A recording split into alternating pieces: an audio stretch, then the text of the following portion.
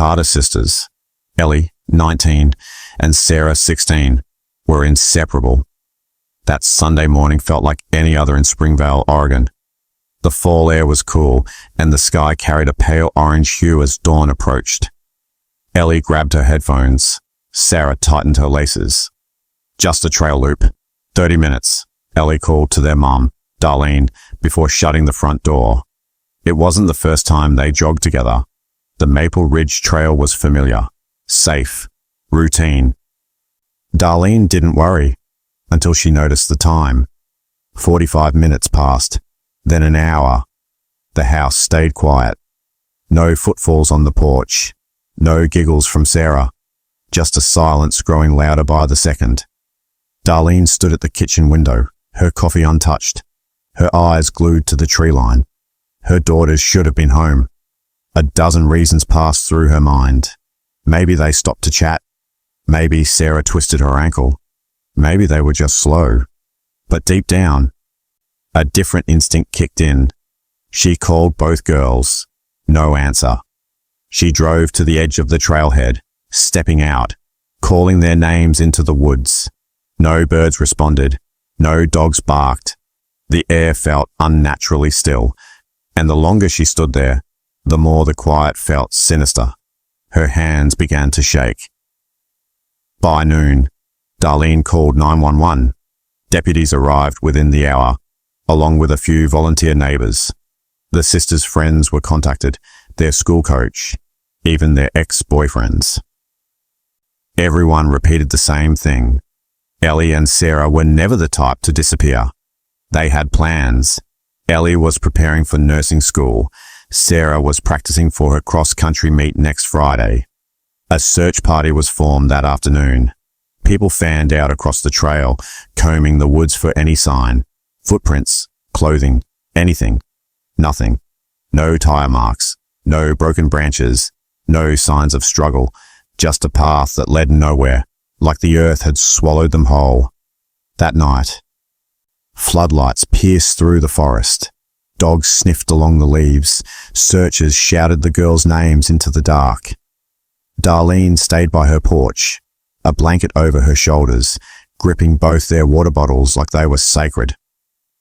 A reporter arrived from Portland. Cameras flashed, but no one could answer the only question that mattered. Where were the Carter girls? Darlene replayed that morning 100 times. What did she miss? Should she have gone with them? Why didn't she insist they stay in? But the questions turned in her mind like glass, sharp, endless, and empty. She didn't sleep that night. She didn't even blink. By the next morning, news of the missing sisters had spread across the county. Helicopters scanned from above. Police blocked off parts of the trail. The media spun theories, runaways, animal attack, secret boyfriends. But none of it made sense. Not to Darlene. Not to anyone who knew the girls. Ellie was level-headed. Sarah was full of laughter. They weren't reckless. They weren't troubled. They were just gone. And as the second day began with no signs, no leads and no clue, the word vanished, stopped sounding dramatic. It became a reality. A cold, cruel word that had moved from someone else's story into hers. The third day brought national attention. Major news outlets ran the headline. 2 teen sisters vanish on morning jog in Oregon town. Satellite vans lined the edge of Springvale's only gas station. Darlene's driveway became a press checkpoint. She stood on her porch, numb, answering the same questions in mechanical rhythm. No, they've never run away. Yes, they were happy. Yes, they had plans. Behind her, Sarah's shoes still sat by the door. Ellie's half-drunk protein shake remained on the counter. Time in the Carter household had frozen, but the outside world pressed in. Speculation replaced facts. The media needed answers. Darlene only had silence. Police set up a temporary search HQ in the local school gym. They interviewed joggers, hikers, dog walkers, anyone who may have crossed the Maple Ridge Trail that morning. One woman vaguely remembered seeing a white pickup truck parked near the north entrance, engine running, window down, but no one had taken down a plate. The lead detective, Harold Mendez, filed it away, but didn't act with urgency. No signs of foul play meant fewer resources. "Sometimes kids run," he said quietly. "Sometimes they come back." Darlene's face stiffened. She knew what he meant. They were already preparing to move on. The community wasn't. A week later, volunteers held a candlelight vigil at the high school track. Ellie and Sarah's teammates lit 2 torches. Darlene spoke for the first time publicly. Her voice cracked with rawness. "My girls didn't leave. Something happened. And someone out there knows." The wind picked up. Silence fell. In the days after, several tips came in. Rumors, sightings, strange noises in nearby woods. But nothing concrete.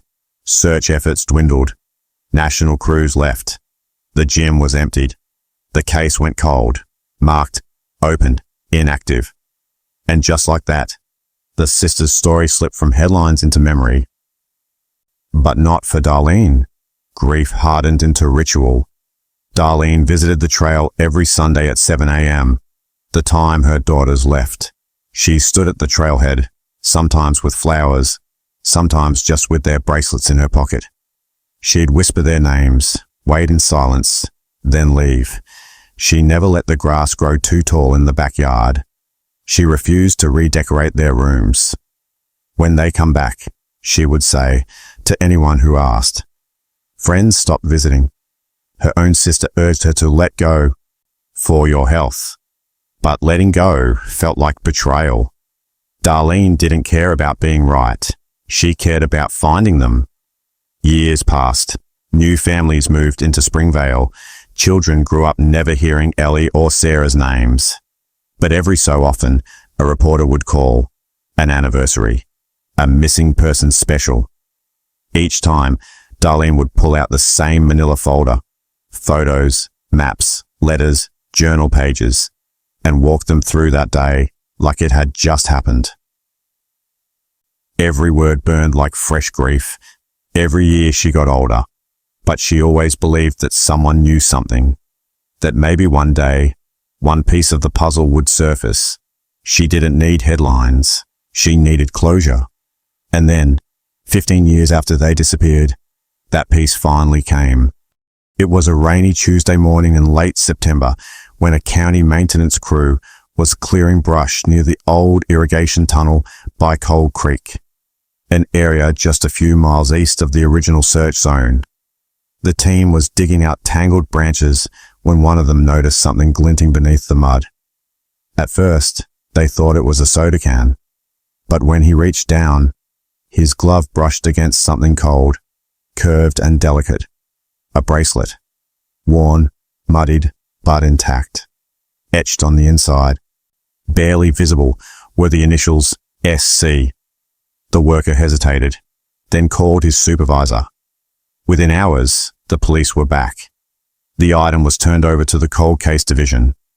A detective named Lisa Moran, who had just transferred from Eugene PD, took immediate interest. She requested access to the Carter file. Thick with dust and yellowed corners, the folder had barely been touched in over a decade. Lisa flipped through every photo, timeline, and dead-end report. When she saw the matching bracelet Ellie had worn in one of the photos, her spine stiffened. 2 sisters, same day, same path, only one bracelet found. That meant this wasn't some random loss. It meant someone had left something behind. On purpose, or by mistake. The bracelet wasn't all. Under a tangle of vines nearby, searchers uncovered a small, weather-worn nylon backpack. It had no tags, just dirt, water damage, and the faint smell of mildew.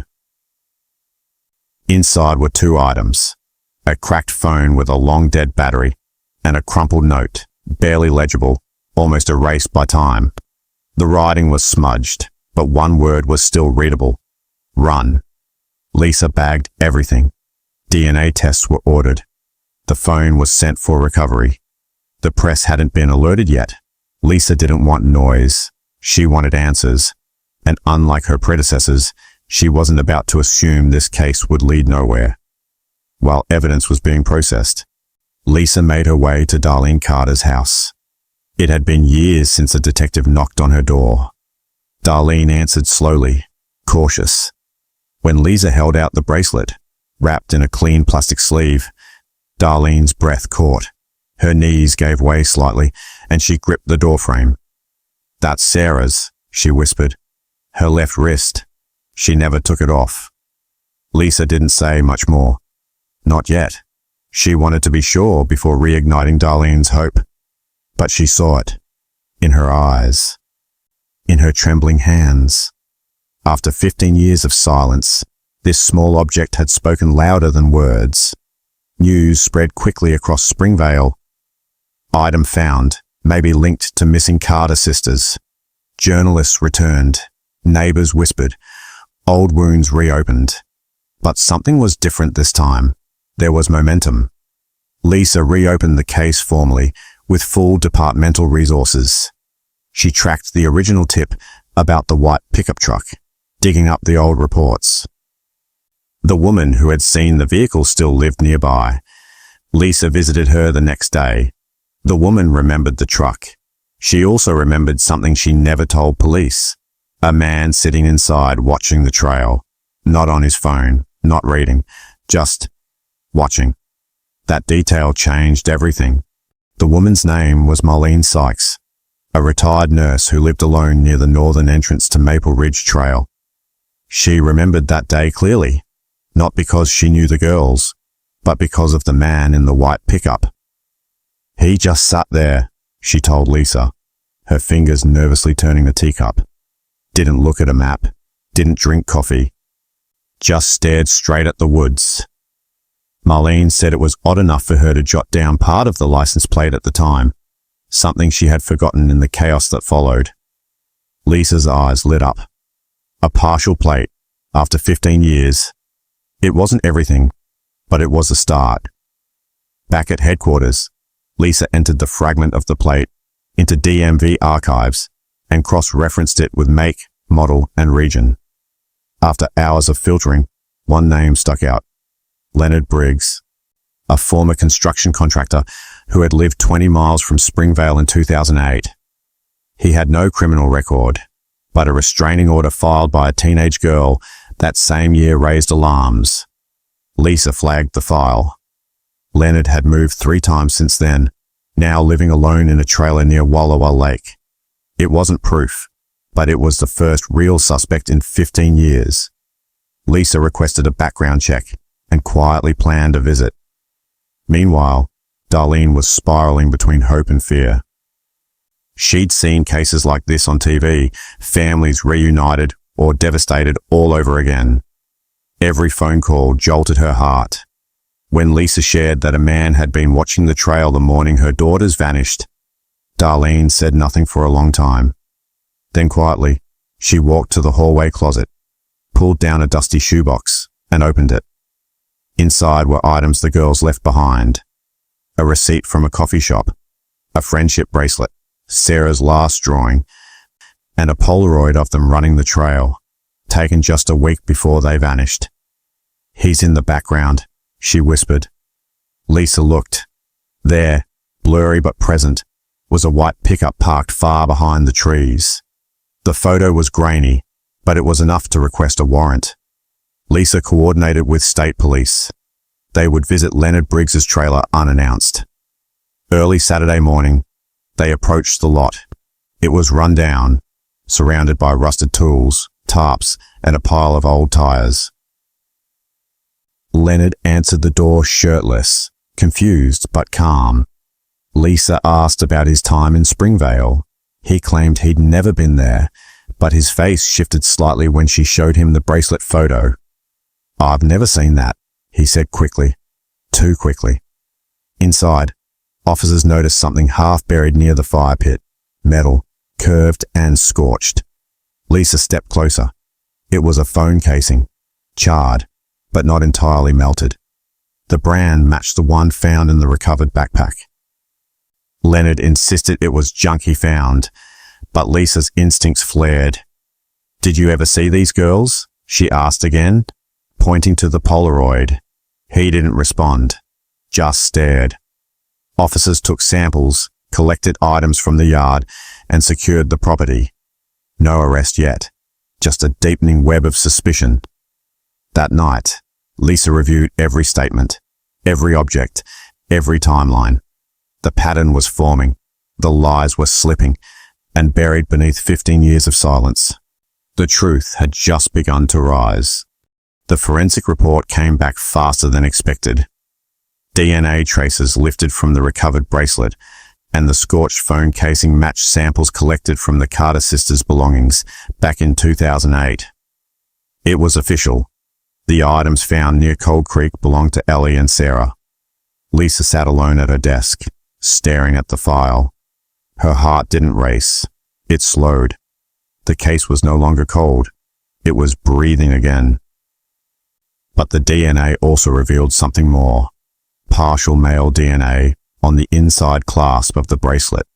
Not enough for identification, but enough to confirm contact. It wasn't just lost. Someone had taken it off. Lisa returned to Leonard's trailer with a warrant for a full property search. Inside the cluttered living space, they found dozens of old tools, fishing gear, and newspaper clippings, some dated to 2008. One article was about the Carter girls, folded, bookmarked, and underlined. Leonard claimed he kept it because it was a sad story. But in the shed behind the trailer, officers made a darker discovery, a buried metal locker. Inside, a pair of old running shoes, a torn hoodie, and a sealed envelope labeled Monday, 7 a.m. Darlene confirmed the hoodie as Sarah's. There was no doubt now. Leonard had known all along. The envelope contained a single sheet of paper, a hand-drawn map of the trail, marked with an X deep in the wooded section beyond where the original search had stopped. It also contained a short note written shakily. "I didn't mean to. I just wanted them to stop screaming." The sentence was like a hammer to the chest. Lisa didn't show it to Darlene yet, not until she confirmed what lay beneath the X. A new team was brought in. Cadaver dogs, forensic anthropologists, ground-penetrating radar. What they found would change everything. Beneath 3 feet of earth, bones. 2 sets, perfectly parallel. The remains were confirmed to be Ellie and Sarah Carter. Dental records and personal effects matched. Lisa took the call alone, then drove to Darlene's house. When she stepped out of the car, Darlene didn't need words. She saw it in Lisa's eyes. She sank to the porch, hands trembling. Lisa knelt beside her and whispered, "We found them. We're bringing them home." The sun was setting behind the pine trees, the same way it had risen 15 years ago when the girls left for their run. Now, at last, they were coming back. Not in the way Darlene had prayed for, but they were no longer lost. Leonard Briggs was arrested without resistance. He didn't confess. He didn't fight. He just stared forward, silent, as if the weight of years had finally pressed him down. The town of Springvale lit candles again, but this time, in mourning, not hope. The Carter sisters were laid to rest in the local cemetery, side by side, with matching headstones and bracelets carved into the granite. Darlene spoke at the service. Her voice was clear. They were not forgotten. They were not abandoned. And they will not be reduced to a tragedy. They were light. And now, they are free. Justice had come, 15 years late, but undeniable. The town of Springvale tried to move forward, but something had shifted. The trail where the Carter sisters vanished was closed indefinitely. Memorials of flowers, running shoes, and handwritten notes lined the wooden fence that now blocked the entrance. Teenagers who had once jogged there without thought now crossed the street. Parents held their kids a little tighter. And Darlene, though surrounded by sympathy, remained quiet. She had gotten the truth, but not the return she dreamed of. Some nights, She'd wake up hearing the front door creak, only to remember. Still, she lit 2 porch candles every night, one for each daughter. The flames didn't waver. Detective Lisa Moran didn't close the file immediately. Something about Leonard Briggs's arrest didn't sit right. No confession, no reaction, no connection to the girls before the incident. She went through his background again and found a single detail that had been overlooked. In 2007, Leonard had worked a 6-month landscaping contract at the Carter family's church. He would have seen the girls, observed their schedule, known their routine. It wasn't a random encounter. It was planned. And as Lisa dug deeper, she discovered a larger truth. Leonard may have done this before. Archived police records from surrounding counties revealed disturbing parallels. A jogger missing in northern Idaho in 2005. A teenage girl last seen on a bike trail in 2003. Both unsolved. Both within regions Leonard had lived during those years. Lisa reached out to cold case units in those towns. The patterns lined up. Same victim profile, same remote locations, same lack of evidence. Leonard's trailer, though searched, had more secrets. Hidden under a false panel in the floor, investigators found more drawings, maps, articles, coordinates. He had been keeping track, not just of Ellie and Sarah, of others. Darlene was called back to the precinct one last time, not for more grief, but for possibility. Lisa gently explained what they had found. Darlene sat in silence, then whispered, "So they weren't the only ones." Her eyes filled not with tears this time, but with fire. "Then you don't stop," she said. "You keep going. For them too." Lisa nodded. It was no longer about one case. It was a web, a cycle, and if Springvale had been the one to break it, then it would also be the place where accountability would begin. This was no longer just about Ellie and Sarah. It was about preventing the next names from being carved in stone. The DA prepared multiple charges, not only for the Carter sisters' murders, but for potential connections in other states. Leonard Briggs was no longer just a suspect. He was now the center of a multi-state investigation. The courtroom filled on his arraignment day. Press, families, strangers who had followed the story for years. Lisa stood in the back beside Darlene, as Leonard was led in wearing cuffs. The entire room fell silent. He didn't look around, but Darlene didn't look away. "He doesn't get to hide anymore," she said calmly. For the first time, it wasn't just about closure. It was about exposing everything hidden so it could never happen again.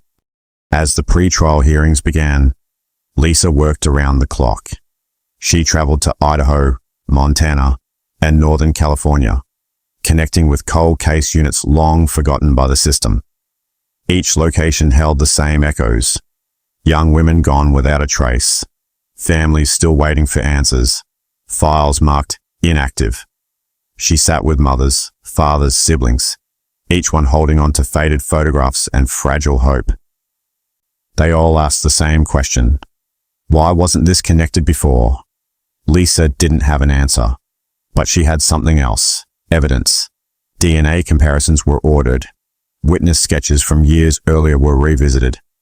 And slowly, Leonard Briggs's past stopped being a shadow. It began taking shape. In Springvale, the community rallied behind the Carters and other families. What started as a tragedy became a movement. High school students organized runs in memory of missing girls. Local artists painted murals with their names. The trail that once swallowed Ellie and Sarah was transformed into a protected memorial garden. A bench was placed at the entrance, engraved, "They were light. Let this be their voice." Darlene visited often, not to grieve, but to speak, to tell strangers their story. She had gone from a mother in mourning to a quiet force for truth. Her voice, once broken, now echoed with purpose. Meanwhile, the public interest exploded. True crime podcasts covered the Carter case in detail. Documentaries began development, but Darlene set boundaries. "I'm not here for ratings," she told one network producer. "I'm here for justice." She partnered with a non-profit that focused on reopening unsolved disappearances across the Pacific Northwest. Lisa joined as an advisor. Together, they created a digital map of possible connections, cases that had once been overlooked, now illuminated. The media finally began asking the right questions. How many more? Who was ignored? And why? The story had shifted. It was no longer about what had happened. It was about what had been missed. Back in court, Leonard remained silent. No confession, no testimony. His defense leaned on lack of direct eyewitnesses and time-lapsed evidence. But Lisa had built something stronger. Patterns, behaviors, locations, DNA fragments. And more than that, she had stories, dozens of them. Women who had survived close encounters. One remembered Leonard offering her a ride in 2006. Another described the same white truck watching a rural park. None of them had been believed back then. But now, together, their voices created a chorus too loud to ignore. What once seemed circumstantial became unmistakable. This wasn't a man who snapped. This was a predator with a pattern. The prosecution requested the maximum sentence, not just for the murder of Ellie and Sarah, but under new federal statutes for serial predatory behavior across state lines. The courtroom sat in stillness as each victim's name was read aloud. Darlene held a photo of her daughters and closed her eyes. When the sentence was handed down, life without parole, she didn't cry. She didn't smile. She simply whispered, "They can rest now." But justice wasn't the end. For Darlene, for Lisa, and for every family who had waited in silence, it was the beginning of something louder. Truth had finally found its voice. Months after the trial, Lisa Moran returned to the trail alone. The morning fog hung low, and the air smelled of pine and memory. The memorial bench sat quietly beneath a blooming dogwood tree. She ran her hand over the engraved words. They were light. In her years as a detective, Lisa had seen many endings, but this one stayed with her. Not just because of Ellie and Sarah, but because of how close their story came to being buried forever. If that bracelet had never surfaced, if Darlene hadn't held on, if one witness had stayed silent, Leonard Briggs would have remained invisible, and so would the others. The thought chilled her more than the wind.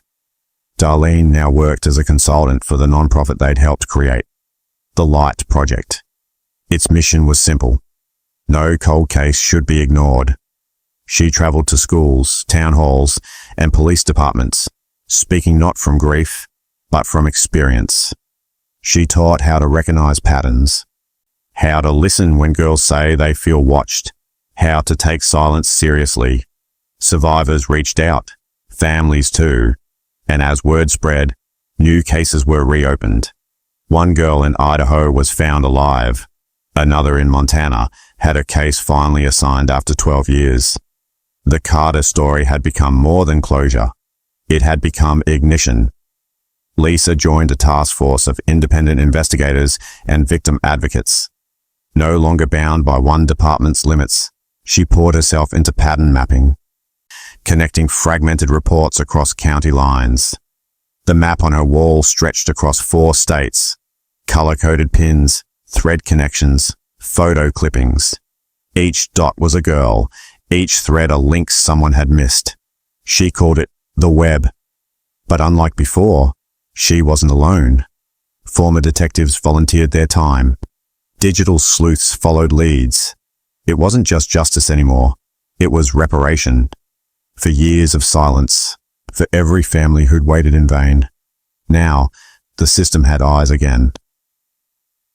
Back in Springvale, the high school renamed its annual charity run in memory of Ellie and Sarah.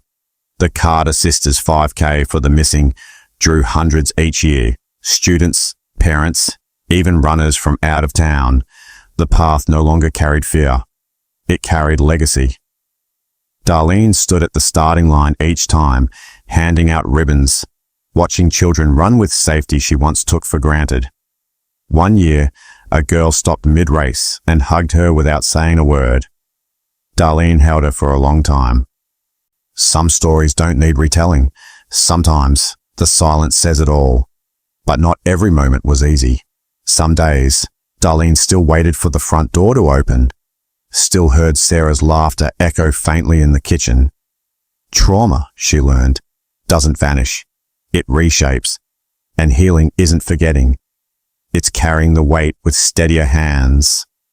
On the 15th anniversary of their disappearance, she lit 2 lanterns and let them float across Cold Creek. The crowd stood behind her in silence. Lisa beside her. Cameras flashed, but Darlene didn't flinch. Her daughters had not disappeared in vain. They had shattered the silence.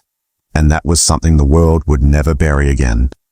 As national attention grew around the Light Project, cracks began forming in law enforcement institutions that had long ignored cold cases.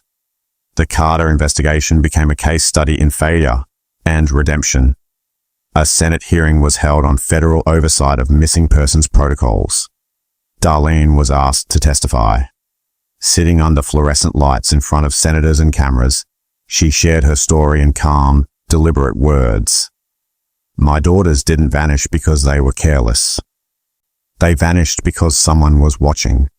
And they were lost for 15 years because no one was. Her testimony was broadcast across the country. She didn't cry. She didn't waver. She stood as a mother, but also as a voice justice had borrowed. Lisa's work, too, began to ripple through the system. Her reports became internal training material across multiple departments. She was invited to lead a new federal task force focused solely on cold case integrations, one that would unify databases, coordinate across jurisdictions, and prioritize overlooked disappearances. But she made one request: no red tape. She wanted autonomy, truth without bureaucracy. Survivors needed speed, patterns needed attention, and Darlene's story had proven something dangerous. When the system pauses, predators don't. Approval was granted. Lisa accepted. And Springvale, once a forgotten dot on the map, became the blueprint for reform. Not everyone welcomed the change. Some departments resented the scrutiny. Old officers defended their past inaction as lack of evidence or limited resources. But the public pressure was unrelenting. For every Ellie and Sarah, there were dozens more with no media coverage, no bracelet to be found. Activists, lawyers, and even former judges joined the momentum. The term justice stories began trending, not just as entertainment, but as a demand. Tell us what happened. Fix what didn't. And for the first time in decades, survivors felt the tide turning. This wasn't just about exposure. It was about dismantling indifference. In Springvale, changes came fast. The trail was reopened, but now with motion cameras, emergency buttons, and posted resources for those feeling unsafe. The local school added curriculum on personal safety and reporting harassment. Students wrote essays about Ellie and Sarah. Their photos hung in the auditorium. The town wasn't erasing what happened. It was engraving it into every corner, every conversation. Darlene walked the trail alone one evening and found a child's note stuck to a tree. Crayon letters read, "You're safe now." She smiled, tears slipping silently down her cheek. For the first time in years, it didn't feel like a place of loss. It felt like ground reclaimed. But even as justice was served and reform spread, one question lingered in Lisa's mind. Why now? Why was the bracelet found after all this time? She reviewed photos of the Cold Creek dig site and noticed something strange. The roots around the spot had been recently disturbed. Not by time, but by hands. Someone had unearthed it, then left it to be found. Was it a conscience breaking? A silent witness finally speaking? Lisa never found out, but she wrote in her final report, "Sometimes justice knocks late. Sometimes it's left on purpose, just close enough for someone to find it." And that in the end was enough. A year after Leonard Briggs was sentenced, the Carter house stood quiet, but not hollow. Darlene had repainted the walls, not to forget, but to begin again. Sarah's room became a writing space where Darlene penned letters to other families still searching. Ellie's room remained untouched, a gentle reminder of presence. Every morning, she placed 2 fresh flowers in a vase by their photos. Not as tribute, but as conversation. She whispered updates, news, hope. Grief had not left, but it had settled into something she could hold without shattering, and in that quiet strength, Darlene found something she thought she had lost: herself. Lisa visited often. They shared coffee, stories, and silence without explanation. Lisa never spoke of the other cases she was working. She didn't need to. The ache in her eyes said enough. But on one visit, she brought a small wooden box. Inside were soil samples, leaf fragments, and photographs collected from the now closed trail in Idaho, where another girl had vanished years before. "We found something," she said softly. Darlene didn't ask for details. She only nodded, because she knew that for some, closure wasn't a courtroom verdict. It was a knock, a call, a thread tied back to something once broken. The Light Project had now reopened 38 cold cases across 4 states. 6 missing persons had been located, 3 alive, 3 confirmed. Hundreds of leads were now centralized, mapped, and publicly searchable. What once felt like scattered pain now had a shape, a system. Darlene's name was known not for tragedy, but for resilience. She received hundreds of letters, mothers, daughters, officers, survivors, saying her fight had reignited theirs. One card simply read, "You gave my sister a chance. Thank you." And in that line, Darlene understood. What began as personal mourning had become collective healing.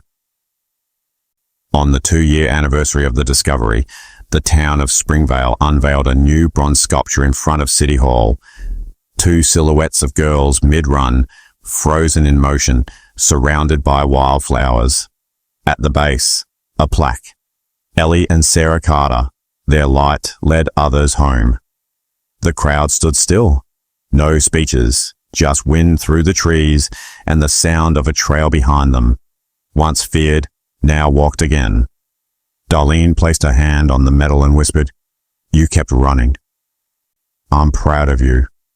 Lisa stood beside her. They didn't speak. Some truths don't need words to echo forever. That evening, as the sun fell behind the hills, Darlene sat alone on her porch, tea cooling in her hands. The porch light flickered, just once, and then steadied. She looked out toward the trees and imagined the sound of footsteps. Not fearful, familiar. She closed her eyes and smiled.